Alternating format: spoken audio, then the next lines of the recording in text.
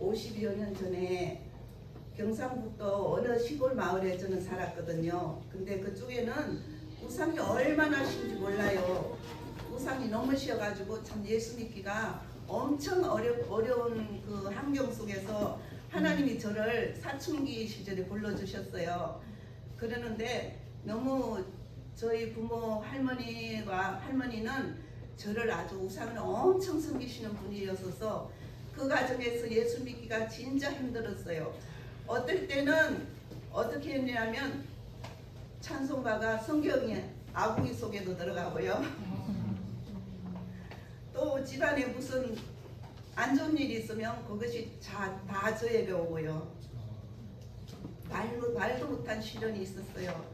그 이제 짧은 시간에 제가 이 이야기를 다 할 수는 없고, 그러다가 이제 우리 하나님의 은혜로 이 하산리로 이제 결혼을 하여서 오게 되었어요. 오게 되어서 봉학교에 처음 저희 어머니가 봉학교에 나가셔서 거기서 이제 1년 동안 봉학교에서 이제 신앙생활을 하다가 하나님의 은혜로 이 양문재단에 이제 성전을 지으라는 그런 엄성을 우리 어머니가 하고 또 최군사님하고 들으셔서 이곳에 자리를 이제 하나님이 성전 허락하셔서 이곳을 성전을 삼고 예배를 드리게 되었는데, 처음에는 저희 가정에 먼저 가정재단에 목사님을 모시고 예배를 드렸어요. 얼마나 많은 핍박이 있었냐면 사돈을 갖다가 전도사님을 모시고 예배를 드린다.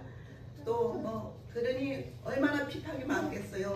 여자들이 무슨 교회를 짓나 2단이다 3단이다 그러면서 믿는 사람들까지 다 핍박을 했어요. 그러나 저희 어머니와 우리 최공사님은 굴하지 않고 30년 전에 그 교회 세우기 30년 전에 두 분이 기도를 하셨대요. 요 자리다 기도 짓게 저기 교회 지어서 우리가 가까운 데서 종도 치고 그렇게 예배 교회를 지을 수 있도록 기도하자 이렇게 기도를 하셔가지고 30년 내에 이 자리가 교회로 서게 되었어요. 기도 응답을 하나님 해주신 거지요. 그러다 보니까 이 처음에는 이제 우리 교회가 지하실이 있거든요. 지하실이 있는데 천막교회를 여기다 가운데다 짓고 지하실을 이제 먼저 교회를 세우기가 어려우니까 여자들 서너 분이 할 수가 없으니까 지하실을 짓는데 동네 어떤 분이 이렇게 말씀을 하셨어요. 아니 누구를 묻으려고 누구를 파나 그런 핍박도 받았고요. 그러다가 이제 교회를 세우려니까 한란이 저희 가정에 오기 시작했어요. 화재가 나고요, 불이 나고요, 또 사랑하는 자녀를 잃게 되고요. 그러다 보니까 사람들이 더 믿는 사람들까지 여자들이 무슨 교회를 세운다고 저렇게 막 그냥 이단으로 하니까 저렇게 한란 핍박이 오지 이런 소리를 많이 들었어요.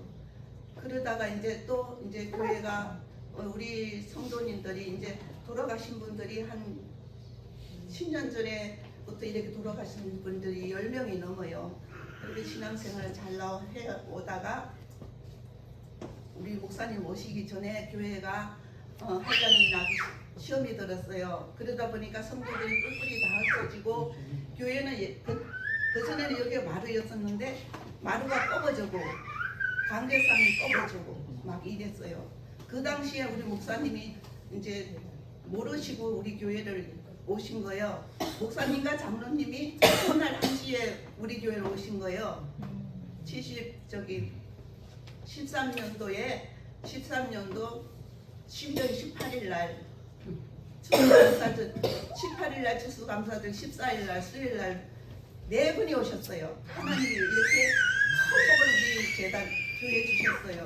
그리고 이제 그 어려움을 헤쳐나가기 위해서는 진짜 많은 한란과 고통 속에서 있었는데 하나님이 저에게 우리 목사님이 딴 데로 가려고 할 수 있는 그런 기회도 있었지만 우리 목사님이 안 가셨어요.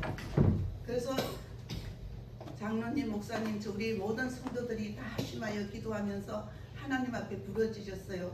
부르짖으면서 저는 그때 어떤 마음이었었냐면 동서남북 다 사방이 가로막혔어요.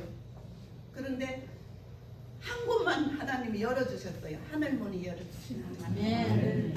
그래서 제가 이렇게 기도했어요.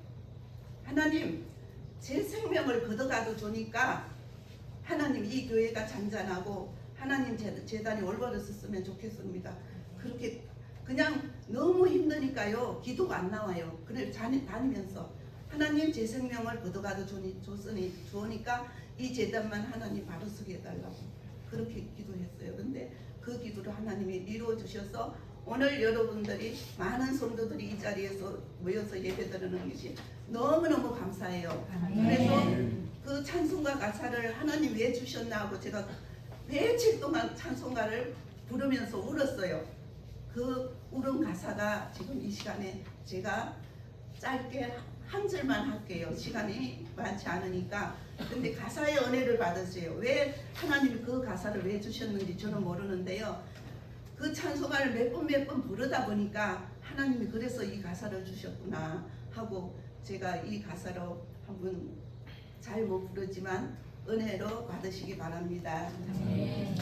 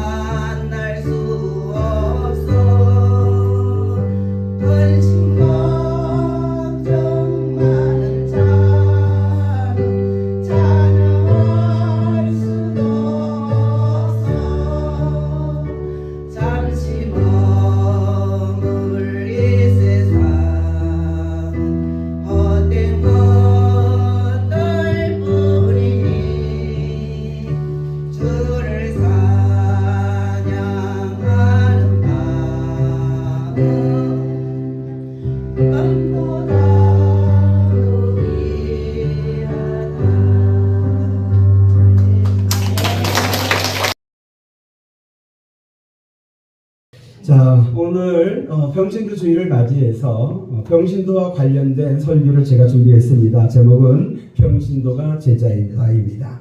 오늘 말씀은요, 이제 베드로가 욥바라는 곳에서 다비다라는 여제자를 다시 살리신 사건을 기록한 말씀입니다. 우리 36절의 말씀을 한 번 더 보겠습니다. 36절이요. 시작.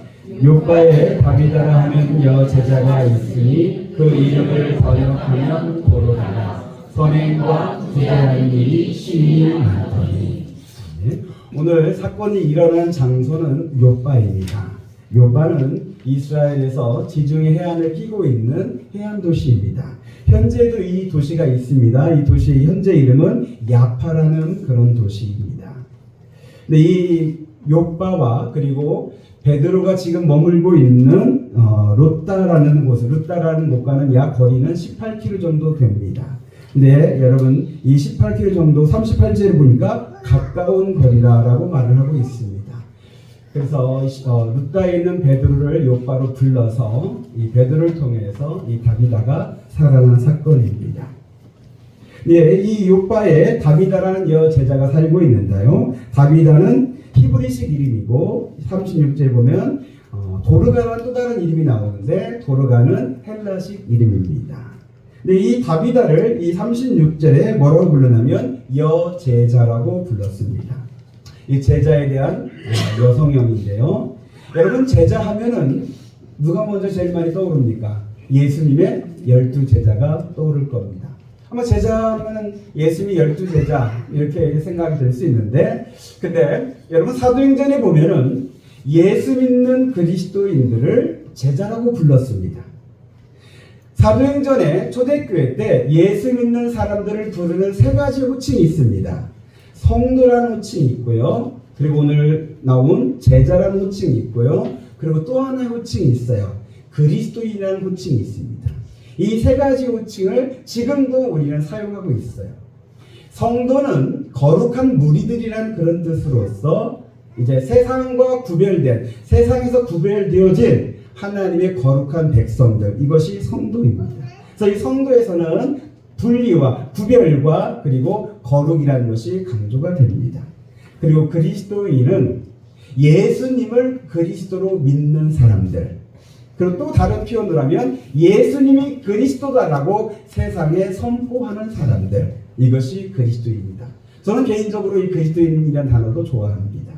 여러분들 모두가 그리스도인 줄 믿으시기 바랍니다. 그리고 세 번째로 제자는 예수님을 배우는 겁니다.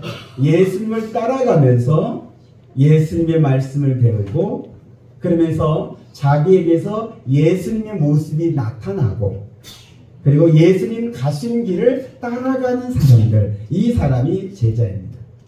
여러분, 성도, 그리스도인, 제자, 이 세 호칭이 예수 믿는 우리 모든 사람들에 대한 특징을 잘 설명해주고 있는 호칭입니다. 여러분들은 거룩한 하나님의 백성 성도이고요. 아멘. 여러분들은 예수님이 그리스도라고 믿고 증거하는 그리스도인이고요. 그리고 여러분들은 예수님 닮고 예수님 따라가는 예수님의 제자인 줄로 믿습니다. 그런데 여러분, 성경에서, 이 사도행전에서 제자라는 호칭을 이제 가끔씩 쓰는데 언제 쓰느냐? 예수님의 모습이 나타난 사람입니다. 이 제자라는 호칭을 써요. 이거 굉장히 귀한 겁니다. 오늘 다비다도 여제자라는 호칭을 써준 거예요. 왜 그랬느냐? 36절에 보니까 이 다비다에게 뭐가 많았다 그랬어요? 선행과 구제하는 일이 심히 많았다. 이 다비다가 살면서 신앙생활하면서 선행과 구제하는 일을 많이 했다는 겁니다. 얼마나 많이 했느냐? 39절의 말씀 보겠습니다. 39절이요. 다 같이 시작.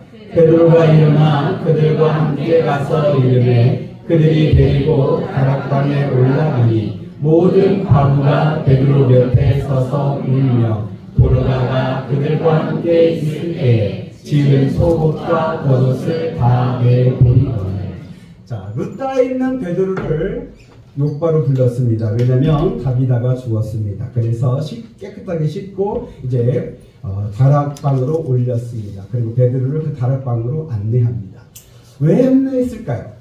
왜 베드로를 죽은 시체가 시신이 있는 이 다락방으로 베드로를 안내했을까요? 물론 사건은 이 다비다가 다시 살아난 사건입니다. 그러나 제가 좀 말씀하실 때는 이제 다비다를 장례하기 위한 장례 절차로 이제 목회자를 여러분들 이렇게 누가 돌아가시면 목회자를 부르잖아요. 그런 것처럼 베드로를 불렀다라고 그렇게 해석이 될 수 있습니다. 그런데 이때 과부들, 모든 과부들이 베드로 곁에 서서 울며라고 합니다. 과부들이 이 다비다를 통해서 사랑을 받고 섬김을 받고 도움을 받았던 이 욥바에 있는 여인들이 서서 우는 겁니다. 여러분, 한 사람이 죽었을 때 얼마나 많은 사람이 우는가도 그 사람의 삶을 드러내기도 합니다. 이런 말이 있습니다.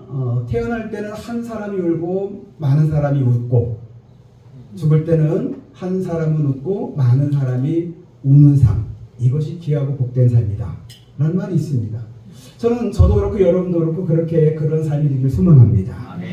여러분들이 하나님의 부르심 받을 때 여러분들이 천국 소망과 확신이 있어서 여러분들의 그 돌아가시는 모습이 환하게 펴지는 모습이 되길 바라고요. 그렇지만 또 여러분들의 그 사랑을 받고 그 섬김을 받았던 사람들은 이별의 아픔으로 슬피 우는, 여러분 장래에도 우는 건 있어야겠죠. 다 웃으면 이상하잖아요. 우는 것도 있어야 하는데 가족이라든지 가족뿐만이 아니라 우리 같은 믿음의 식구들 그리고 지역에 여러분들 아는 사람들이 이 사람이 얼마나 우리를 사랑했는지 하면서 같이 울어주는 그런 장래가 되었으면 좋겠어요. 그런 삶을 사실 수 있는 저와 여러분 되시길 바랍니다. 다비다는 그런 삶을 살았어요. 그러면서 이 과부들이 베드로에게 무엇을 보여주는데 뭘 보여주냐? 속옷과 겉옷을 보여줬어요. 이 다비다가 우리에게 이것을 지어줬다고. 근데 저는 이 말씀 보면서 겉옷을 보여주는 건 이해가 되는데 속옷까지 보여줄 필요가 있었을까? 라는 생각이 좀 들었어요.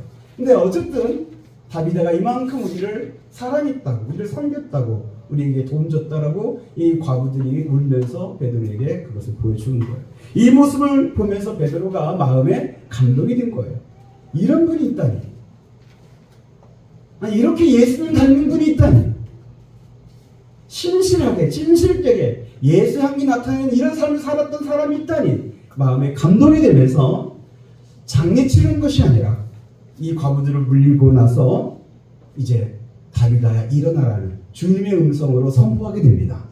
그러면서 주님의 역사가 나타나서 다비다가 다시 살아나서 일어나게 된 줄로 믿습니다. 이 일로 인하여서 요바에 있는 더 많은 사람들이 예수를 믿게 되었어요. 여러분, 이 다비다라는 제자는요, 살았을 때는 구제와 선행으로 예수님 향기 나타내고, 그리고 그의 죽음까지도 예수님을 나타내는 그러한 죽음이 되었고요. 그리고 그의 부활로 인하여서 예수 복음을 증거하게 되었어요. 그래서 오늘 이 사도행전 9장 36절에 이 다비다를 제자라고 불렀습니다. 다비다는 예수님의 제자의 삶을 살았습니다. 자, 그렇다면 이제 오늘 본론입니다. 이 다비다는 어떻게 해서 이렇게 예수님의 제자의 모습이 되었을까? 그리고 어떻게 예수님을 나타내고 예수님의 향기를 나타내고 예수님을 증거하는 그런 제자의 삶을 살 수 있었을까? 다비다는 뭐 돈이 많아서인가요? 아니면 성품이 좋았을까요? 아니면 믿음이 좋았을까요? 또 우리나라 한국 교회식으로 하면 예전에는 예수님의 제자 되기 위한 훈련이 있었습니다. 여러분 혹시 기억나시나요? 제자 훈련. 네. 우리나라도 한때 제자 훈련이 유행이었습니다. 뭐 제자 훈련 안 하는 교회는 교회도 아니었어요. 또 저도 목회하면서 2번씩이나 제자 훈련을 받았어요. 목사가 되기 위해서는 제자 훈련 받아야 한다고 해서 이제 1대1 제자 훈련도 받고 또 사랑의 교회에서 하는 제자 훈련도 받고 막 그랬었습니다. 근데 제가 볼 때는 제 자신이 그걸로 제자가 되질 않더라고요. 그래서 지금은 제자 훈련이 식었어요. 그리고 저 개인적으로 제자 훈련에 대한 좀 약간 거부감이 좀 있어요. 왜냐면 제가 신학교 때 목회 현장 실습이라는 과목이 있었는데 선배 목사님이 와서 후배들에게 신학생들에게 목회에 대해서 이 현장 목회에 대해서 알려주는 그런 강의 시간이었는데 미국에서 유학 오신 선배 목사님이 이제 복음서 내용을 우리에게 알려주면서 예수님의 3년의 공생 활동은 예수님의 그 12명의 제자들을 훈련시키는 과정이다. 예수님의 사복음서는 제자 훈련 복음서다. 이렇게 설명해 준 적이 있어요. 여러분 어때요? 좀 어떤 느낌입니까? 아무 생각 없으신가요? 근데 저는 그 가르침에 거부했어요. 제 생각엔 그게 아닌 것 같습니다. 복음서가 물론 제자들을 훈련시킨 내용도 있지만 그것만 있는 건 아닌 것 같습니다. 그럼 뭐냐 해서 그건 잘 모르겠습니다 그랬어요. 그러면서 이제 시험을 봤는데 저는 그분이 가르친 대로 쓰지 않고 제 생각대로 써갖고 낙제는 안 시켜주고 D를 줬어요. 그래서 그때 제자 훈련에 대한 안 좋은 기억이 있는데요. 그런데 이제 목회하다 보니까 제자 훈련 해야만 한다 그래서 2번이나 받아봤습니다. 받았는데 제자가 되는 것 같지는 않았습니다. 근데 여러분 제자 훈련 받는 게요 쉬운 거 아닙니다. 매주 공부를 해야 하고 또 책도 읽어야 하고 또 큐티도 해야 하고 기도 훈련, 전도 훈련도 해야 하고 그렇습니다. 그리고 이제 제자 훈련이 끝나면 1대1 제자 양육 같은 그런 훈련 프로그램은 자기가 제자 훈련 받았으면 다른 사람도 훈련을 시켜야 하는 그런 시간도 있습니다. 그래서 이 제자 훈련 받다 보면은 교회에 많은 시간을 투자를 하게 되고요. 많은 시간 교회에 있어야 하고 또 해야 할 일도 참으로 많습니다. 그래서 이 제자 훈련을 통해서 정말 신실하게 제자가 된 분들도 있어요. 이게 아예 나쁜 거다. 그건 아닙니다. 그런데 다 제자 훈련 받았다고 해서 제자가 되느냐? 그렇지는 않더라고요. 부작용도 있더라고요. 어느 교회 같은 경우는 제자 훈련 받은 사람들과 안 받은 사람들이 서로 나눠지더라고요. 제자 훈련 받은 사람들은 나 훈련 받았어. 하면서 약간의 우월감이 있다 보니까 너는 그것도 못했잖아 하면서 약간 그런 나누는 곳이 있었고요. 심지어는 어떤 교회는 예수님의 제자가 된 게 아니라 목사님의 제자 만들어가고 목사님께 충성하는 뭐 이런 이상한 식으로 흘러가는 경우도 있었습니다. 제가 제자 훈련에 대해서 이런 걸 얘기하는 이유는요. 여러분 예수님의 제자는요. 이런 훈련으로 되는 게 아닙니다. 동의 안 하시는가 본데요. 저는 그렇다고 여러분들에게 뒤는 안 주겠습니다. 뒤는 아니고요. 근데 제가 이 시간 말씀드리려는 것은 누가 예수님의 제자가 될 수 있느냐. 예수님의 12명의 제자들도 3년 동안 예수님을 따라다니면서 훈련받았습니다. 그런데 그들이 예수님의 십자가 앞에 이르렀을 때는 다 도망하고 말았습니다. 3년의 그 시간을 훈련받은 시간이 예수님의 제자가 되는 완전히 제자가 되었다 하질 못했습니다. 또 전 예수님의 목사님도 이렇게 말했습니다. 이 예수님의 12제자들도 온전히 구원받은 예수님의 제자라고 할 수는 없다. 언제까지? 그들이 예수 십자가와 부활을 경험하기 전까지. 여기서 중요한 것이 나옵니다. 여러분, 저도 그렇고 여러분도 그렇고 우리가 예수님의 제자가 되려면 반드시 훈련이 아닌 우리가 거쳐야 할, 경험해야 할 복음적인 사건이 하나 있습니다. 그게 뭐냐면 십자가와 부활입니다. 십자가와 부활은 예수님의 십자가와 예수님의 부활뿐만 아니라 나의 십자가와 나의 부활도 합니다. 나의 십자가와 나의 부활은 뭐냐면 내가 그리스도와 함께 십자가에 죽는 거고요. 한번 따라해 주시기 바랍니다. 내가 그리스도와 함께 십자가에 죽는다. 그리고 이제 부활은 내가 다시 살아나는 것이 아니라 내 안에 예수님이 새 생명으로 사는 겁니다. 한번 따라해 주시기 바랍니다. 내 안에 예수님이 사신다. 여러분 이것이 이루어진 사람이 진정한 거듭난 그리스도이며 신실한 예수님의 제자가 됩니다. 나는 죽고 예수가 사는 사람. 이것을 사자성어로 바꾸면 나죽 예사입니다. 우리 교회 찬양단의 이름입니다. 그런데 여러분 주부에 보시면 아시겠지만 제가 오타를 했습니다. 나죽 예수로 예사입니다. 우리 찬양단 나죽 예사 찬양단 제가 이름을 그냥 지어버렸습니다. 그리고 오늘 나오신 분들은 찬양단 멤버입니다. 그렇게 기억하시기 바라고요. 찬양단 이름뿐만 아니라 우리 교회 표뿐만 아니라 저도 그렇고 여러분 모두가 다 나는 죽고 예수가 사는 것을 여러분들이 영적으로 다 경험하게 되기를 축복합니다. 그럴 때 여러분 나는 죽고 예수가 산다는 때 내 안에 계신 예수님이 여러분들을 만들어 가셔요. 여러분들을 이끌어 가셔요. 제자 훈련 그렇게 하는 것들은 내가 무엇인가 하려고 하고 마지못해 하게 되고 눈치 보면서 하게 되고 그냥 인정받기 하는 그런 모습들이 많아요. 근데 교회는 그런 것들만 가득 채워지면 여러분 교회는 바벨탑을 쌓는 것이 되고 맙니다. 근데 여러분 진짜 기독교는 내가 하는 것이 아니라 내 안에 계신 예수님이 나를 통해서 역사하시는 것이 진짜 기독교입니다. 아멘. 지금도 예수님 살아계셔서 우리 가운데 역사하시는 것이 진짜 기독교입니다. 아멘. 우리 양문교회는 진짜 예수님의 생명이 역사하는 교회가 되기를 소망합니다. 아멘. 그래서 여러분 이제 결론입니다. 여러분 예수님의 제자가 되려고 너무 애쓰지 마십시오. 예수님께 더 집중하시기 바랍니다. 아멘. 결론인데 사랑하는 성도 여러분 안 해도 큰일 나요. 우리 이걸 감시하는 감시단이 있어요. 사랑하는 성도 여러분 나는 죽고 예수가 사는 것을 여러분들이 많이 묵상하시고 예수님을 많이 바라보시기 바랍니다. 아멘. 예수님이 여러분 안에 충만할 때 예수님이 여러분 안에서 여러분들을 이끌어 가실 것입니다. 아멘.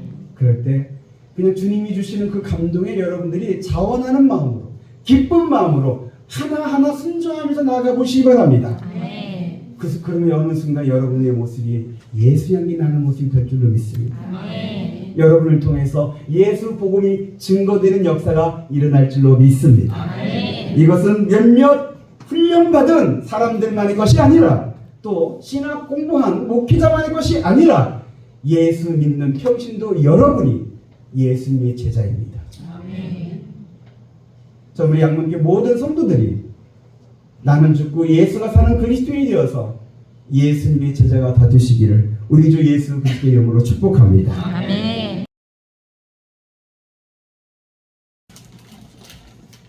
읽겠습니다.